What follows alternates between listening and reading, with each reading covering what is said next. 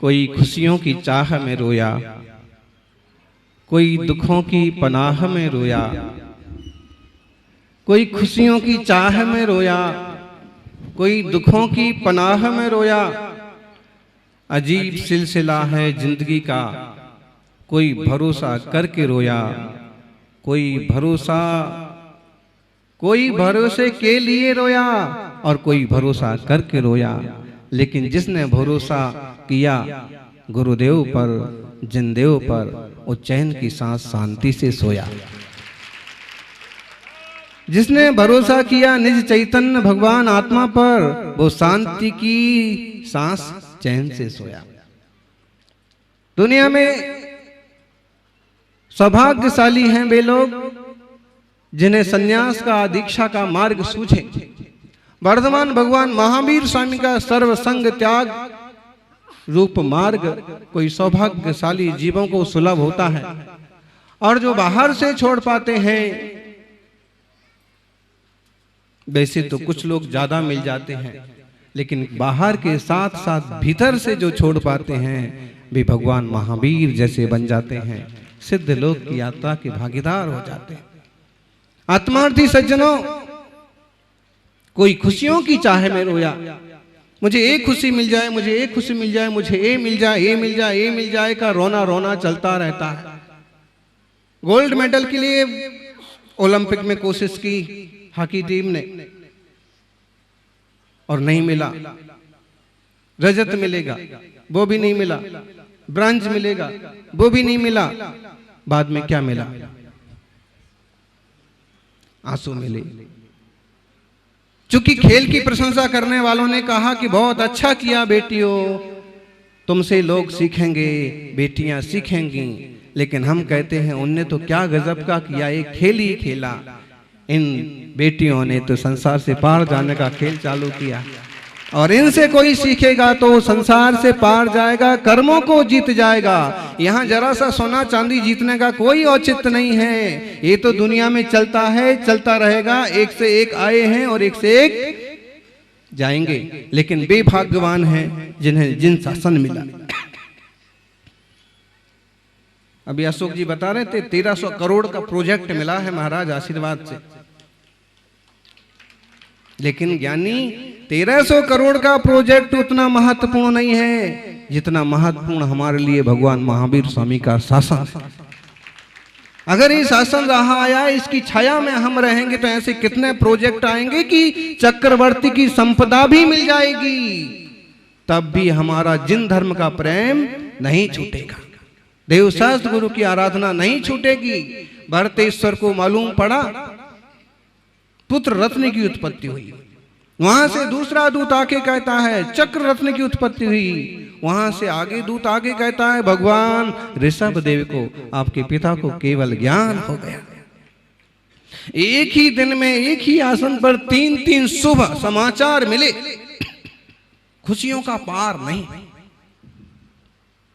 लेकिन चक्रवर्ती की बुद्धिमत्ता, विवेक और धर्म के प्रति समर्पण, मंत्रिमंडल में उन्होंने जरा कुछ परामर्श किया और सबको आज्ञा दी कि हम सबसे पहले भगवान ऋषभ देव का केवल ज्ञान कल्याणक मनाने जाएंगे।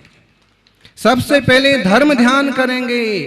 पुत्र रत्न पैदा होना तो काम पुरुषार्थ का फल है, चक्र रत्न पैदा होना तो अर्थ पुरुषार्थ का कारण है और धर्म पुरुषार्थ मोक्ष का कारण है। हम सबसे पहले भगवान की पूजा करने जाएंगे। फिर पुत्र का उत्सव मनाया, फिर विजय यात्रा पर, फिर प्रोजेक्ट पर निकले। वैसे ही हमारे सबके जीवन में होना चाहिए। सबसे पहले देव शास्त्र गुरु, उसके बाद परिवार, उसके बाद व्यापार। और हम कहें कि सबसे पहले देव शास्त्र गुरु के साथ देश, राष्ट्र। सज्जनों, गर्व होना चाहिए कि आज भी जिन शासन में युवावस्था में साधना के क्षेत्र में उतरने वाले सौभाग्यशाली जीव हैं। और विधिवत मूलाचार के अनुसार भगवान महावीर की आज्ञा के अनुसार साधना करने वाले जीव हैं। देखो पढ़ी लिखी हैं ये सभी दीदियां, अच्छे परिवार की, अच्छे से अच्छी पढ़ाई की है, अच्छे से अच्छा जॉब मिल सकता है, अच्छे से अच्छे परिवार मिल सकते हैं, सब कुछ हो सकता है। लेकिन संसार जिन्हें बढ़ाना है उन सबको उस सब की कीमत मालूम पड़ती है, लेकिन जिन्हें संसार घटाना है, भव के पार जाना है, उन्हें केवल दीक्षा का ही रास्ता सूझता है। बहुत कम लोग होंगे, बहुत कम जीव होते हैं।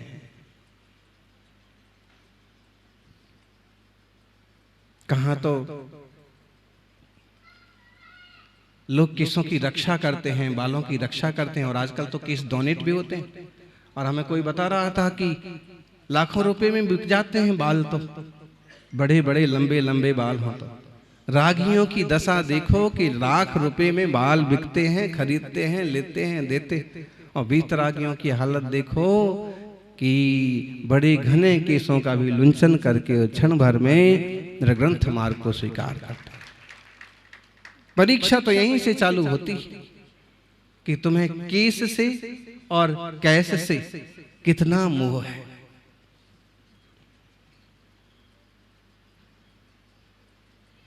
एक दीदी बता रही थी, बोले हम बाल सुधरवाने जाते थे तो हमको 4-5 हजार रुपए लगते थे बाल सही करवाने के लिए, और अब केस लॉन्च करेंगे। मुंबई जैसे शहर में बड़े ब्यूटी पार्लर पर सामान्य सी बात, राग होता है तो व्यक्ति क्या क्या करता है, और अगर वीतरागता का भाव आता है, स्वरूप की पहचान होती है, तो मार्ग अचानक कैसे बदल जाता है। देव शास्त्र गुरु के दर्शन को भी सम्यक दर्शन में निमित्त बताया। और कोई ऐसा भी जीव होता है कि आज तक कभी ऐसी भावना ना भाई हो, अभी नहीं जुड़े हो जिन मार्ग में, और अचानक से योग बन जाए और पूरा जीवन ही बदल जाता है। किसी किसी के जिंदगी भर प्रवचन सुनने से भी जिंदगी नहीं बदलती है, और किसी का केवल एक प्रवचन सुनने से भी जिंदगी बदल जाती है। पोता दीक्षा लेने के लिए तैयार है, साधना के मार्ग में आगे बढ़ने के लिए तैयार है, दादा दुकान पर बैठे हुए रुपए गिनने में लगे हुए, अपना अपना लक्ष्य है, अपना अपना भाग्य।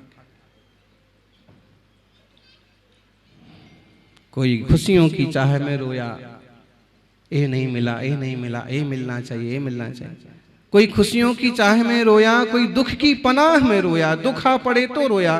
कोविड से नुकसान हुआ, पिताजी चले गए, दादाजी चले गए, अरे कम से कम इससे तो अनित्यता सीख लो कि किसी का कोई ठिकाना नहीं है। हम कल जिससे मिल रहे थे पास पास, आज मालूम पड़ा फोन आया कि वो तो पॉजिटिव है, और अब उसका क्या हो रहा उसे छोड़िए, पहले मुझे चेक करिए कि मेरा क्या होगा, मेरी रिपोर्ट मालूम करिए। संसार बहुत विचित्र है ज्ञानी। इस एक मानव पर्याय का हमें सदुपयोग करना चाहिए आत्म शुद्धि के लिए, आत्म निर्मलता के लिए, आत्म शांति के लिए। दीक्षा का मतलब है लंबे काल से लगे हुए पापों का छालन, दोषों का, विकारों का छालन करना, धो डालना, और उस मार्ग पर चलने की तैयारी। और गोद भराई का मतलब है कि भरे रहें, जिंदगी भर गुणों से, सद्गुणों से, सद्भावनाओं से भरे रहें, और सब पर लुटाते रहें, देते रहें। आपने देखा होगा गोद भराई होती है तो हाथों हाथ या बाद में वो बांट देते हैं कि हमें कुछ रखना नहीं है, हमारे तो गुणों की पूर्णता ही पर्याप्त है, वस्तु आप लेके जाइए। तो कोई दुखों की पनाह में रोता है, ये दुख आ पड़ा, ये आ पड़ा। भाई संसार है, एक ना एक तो चलने वाला ही है, एक ना एक दुख आने वाला ही है, कुछ ना कुछ ऊंचा नीचा चलने वाला। धैर्य रखो, शांति रखो, सन्मार्ग पर चलते रहो। बाकी सुख दुख तो जीवन की गाड़ी के दो पहिए हैं। सज्जनों, कोई खुशियों की चाह में रोया, कोई दुखों की पनाह में रोया। अजीब सिलसिला है जिंदगी का। कोई भरोसे के लिए रोया, कोई भरोसा करके रोया, कि भरोसे के लिए रोया कि कोई मेरा भरोसा नहीं करता, मुझे कोई ऐसा मिले कि जो मेरा भरोसा करे, मुझे माने, मुझे कीमत दे। कोई भरोसे के लिए रोया और कोई भरोसा करके रोया। उस पर भरोसा कर लिया, छोकरे पर भरोसा कर लिया, छोकरी पर भरोसा कर लिया। और आजकल तो किस्से आपने बहुत पढ़े होंगे,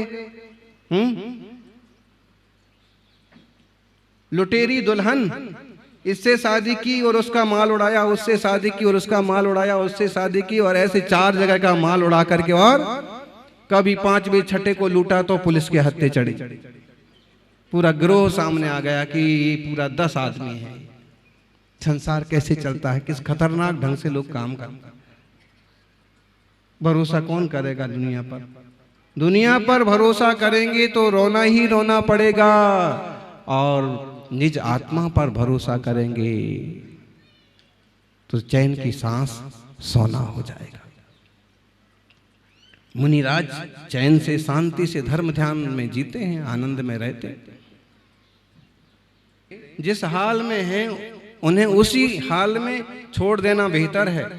कभी कभी ज्यादा संभालने से खुद ही बिखरने लगते। ज्यादा हम दूसरों को संभालने जाते कि इसको मनाएंगे, इसको मनाएंगे। दादा तो माने ही नहीं, मेरी दीक्षा कैसे होगी? पापा तो माने ही नहीं।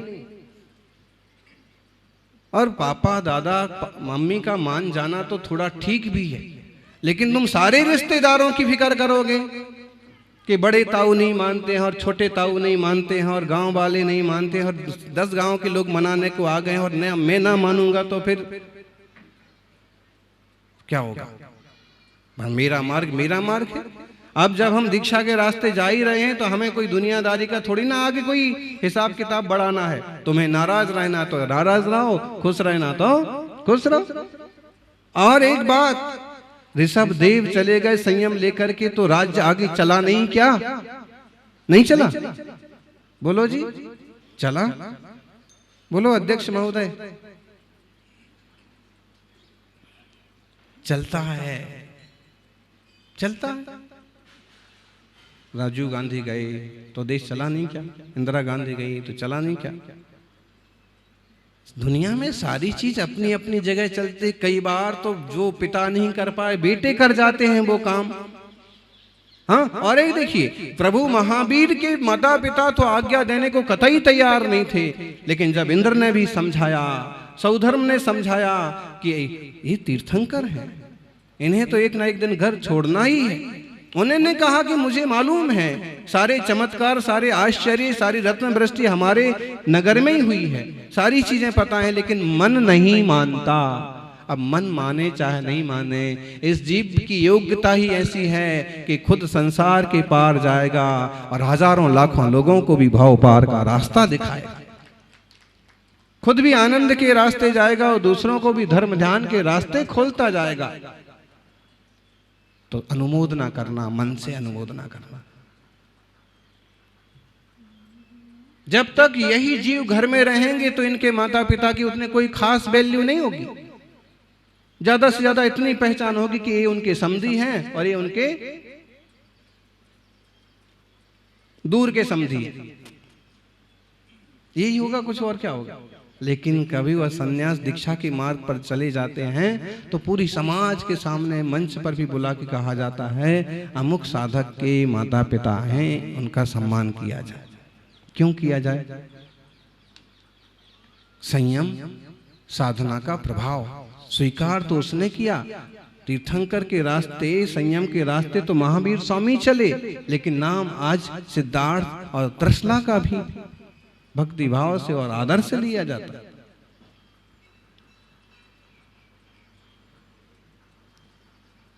सज्जनों, निज चैतन्य भगवान आत्मा को सुने, जाने, सीखें, समझें और संयम के रास्ता पर चलने का पुरुषार्थ करें।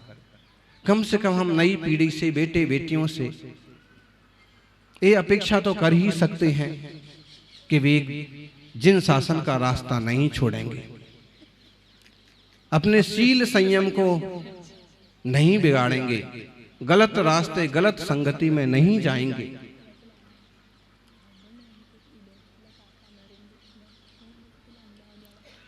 सावधानी बहुत जरूरी है। अभी 3 दिन पहले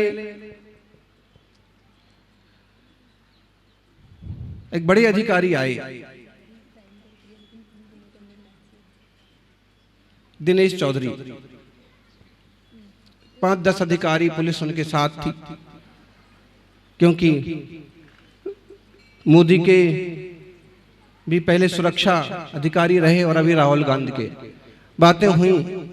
ये बात उनको भी जैसे खल रही थी और उनने कहा कि महाराज जी, जिस ढंग से जैन समाज की संख्या कम हो रही है उससे मुझे लगता है कि डेंजर जोन में जाने वाला समाज है।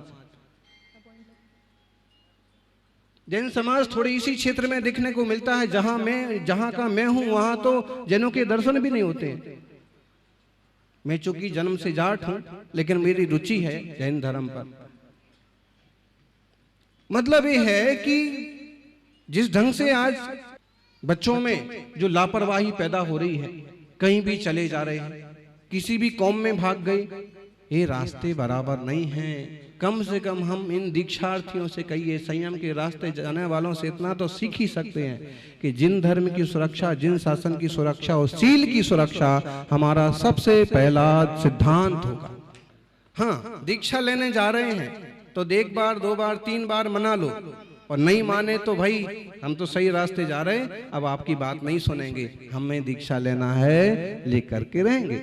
और अगर आपकी इच्छा है क्या हम आपके साथ रहें, तो हम आपके साथ रहने की बजाय आप भी इधर ही आ जाओ, आप हमारे साथ रह लो। लेकिन सबको नहीं जमता ना। इतनी निर्मलता, इतनी शांति, इतना साहस, बहुत गजब का साहस लगता है। सब कुछ छोड़ा जा रहा है। बोलो, आप केवल 8 दिन के लिए यात्रा पर निकलते तो कितनी तैयारियां करते हैं, और ये साधक जिंदगी भर के लिए निकले हैं। इनकी तैयारी क्या होगी? इनकी अंतरंग तैयारी है। ये व्यवस्थाओं के पीछे नहीं दौड़ते हैं, ये व्यवस्थित रहते हैं, इसलिए व्यवस्थाएं इनके पीछे दौड़ती। व्यवस्थित जीवन शैली हो और ज्यादा रिश्तेदारों को भी संभालने के चक्कर में न पड़े। सबको अच्छी बात कहें, अच्छा मार्गदर्शन करें और खुद अच्छे रास्ते चलेंगे तो मंगल ही मंगल होगा। यह संन्यास का मार्ग सम्यक साधना का मार्ग है, और इस साधना से जीव पवित्र होता है। इस संयम की साधना, इस तपस्या की अग्नि में जीव निखल करके, आत्मा निखर करके परमात्मा बनता है। इन सारे सौभाग्यशाली जीवों की अनुमोदना, आशीर्वाद कि वे आगे बढ़ें, और सबको चाहिए कि उनकी अनुमोदना करें। और जो अनुमोदना करते हैं साधकों की, संयम लेने वालों की, कभी ना कभी उनके जीवन में भी कुछ ना कुछ संयम जरूर आता है। सबका जीवन मंगलमय हो, इसी मंगल भावना के साथ जय बोलिए 24 तीर्थंकर भगवान की।